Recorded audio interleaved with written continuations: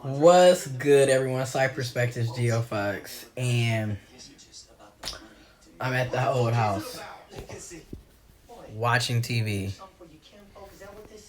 Had to come back in, do grocery shopping, set stuff up, get Granny a new refrigerator, set up her Kindle, got her a new Kindle, water the plants. Had stuff to take care of. Plus, I need a haircut. Haircut was needed. Thank you. Ooh. Anyway, so this video, I just want to talk about how your ex or the person that discarded you is also still lurking on your social media.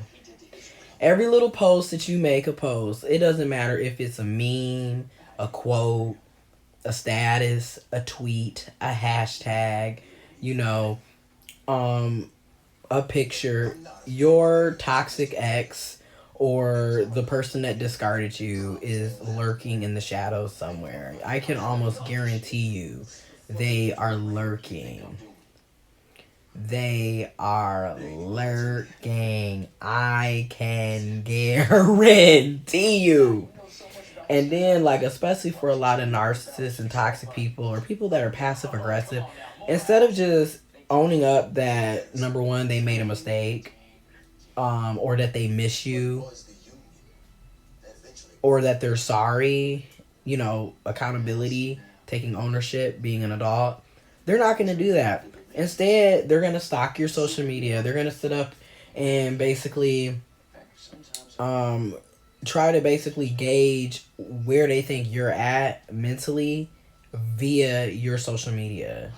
So it's like third party hoovering. It's like I'm gonna stalk your social media. So like they think because you make a post about relationships that you're still down and out, not realizing that bitch you've moved on. It's been almost in my case, 2 years, and you sitting up, and it's like, bruh, I'm sorry about what happened, or what you think happened, or what I think happened, or what took place. I don't really know. I don't even know what the fuck 2018 was, to be completely honest. Like, I don't even know. That was just toxic. That was a situationship. That was a relationship. An entanglement. It was a waste of time. And I just don't understand why you're still acting, why you're still being passive aggressive and stalking people on social media. Like, they'll ask people about you. They'll have their family and friends literally stalk you and question you, try to get close to you so they can relay communication. Because again, they're never going to be 100.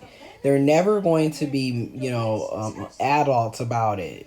They can never take accountability. So they're going to go through second and third party. And if that means that y'all have mutual friends, then yes, they will use your mutual friends to communicate and spread bullshit. Also, when we talk about the flying monkeys, some of these so-called friends of yours, family members, if y'all have mutual friends, family acquaintances, they can be used as the flying monkey. Yes, you heard it absolutely, positively correct.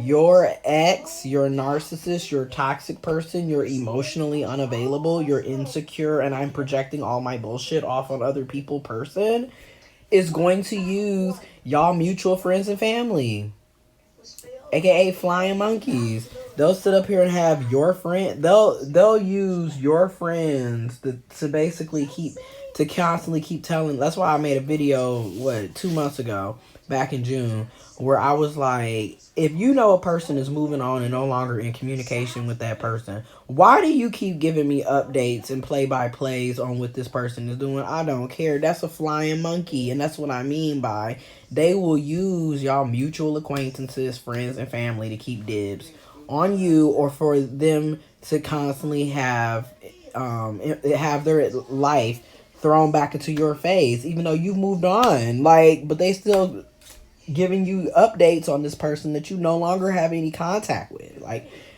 it's ridiculous. And what's funny is what I saw had me cracking up because I'm like, oh, well, you still wearing the same.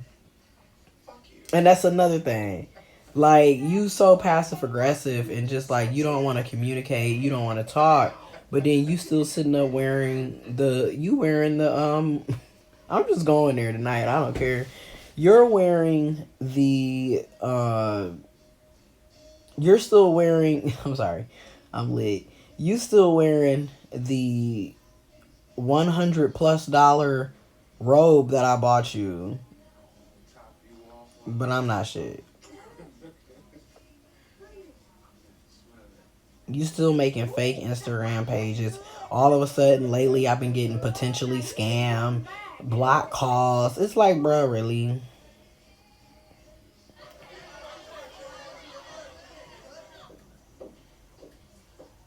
Like, you're weird. that's just the best way to put it.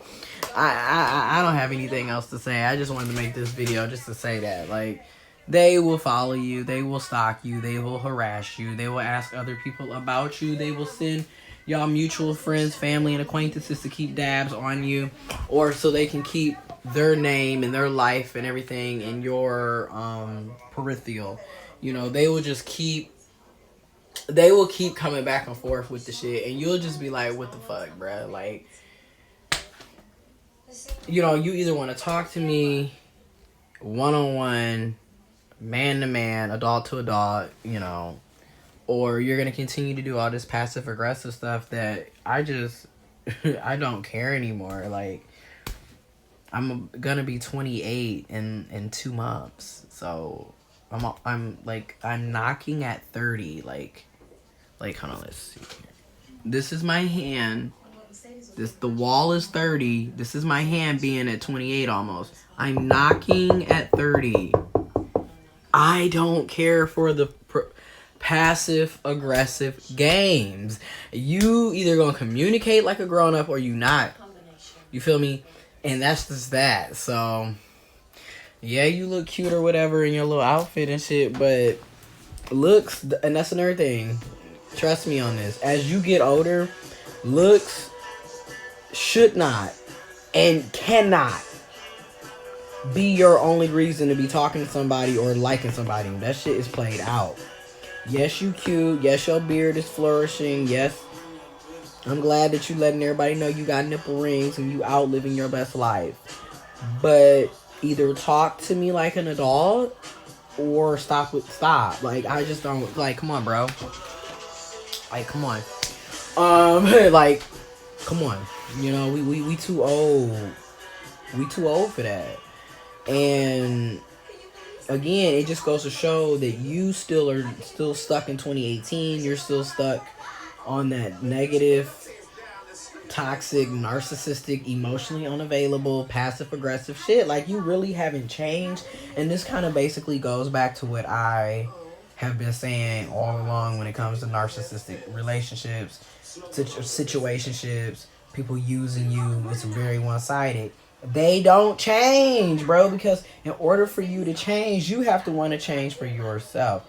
And if you haven't noticed anything about narcissistic people, they don't want to change. They are completely fine with using people, lying, being manipulators, living in their trauma, never healing from their trauma, never, having healthy coping mechanisms. They are completely fine with being pathological liars and using and exploiting people.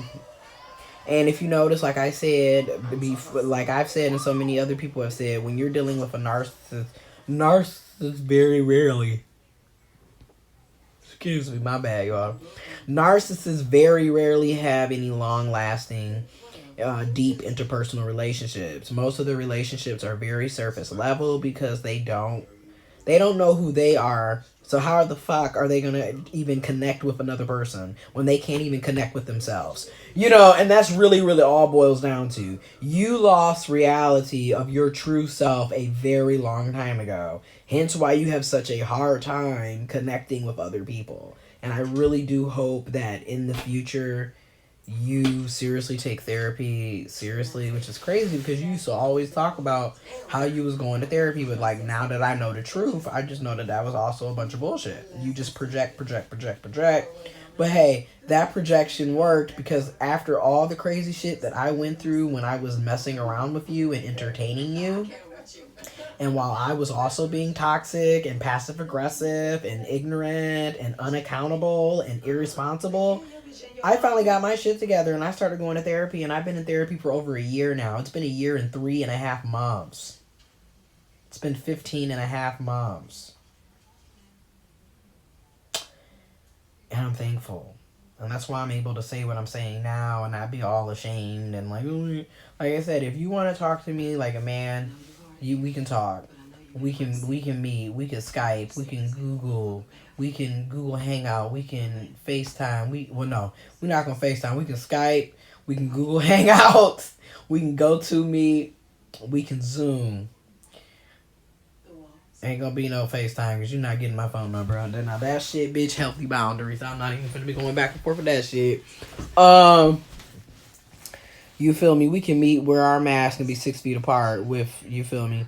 But that's the only way it's gonna work. And I know you're probably watching these videos. That's the only way it's gonna work because I'm not going back and forth with you. You're 25. Grow the fuck up. I'm about to, I'm going to be 28 in less than 2 months.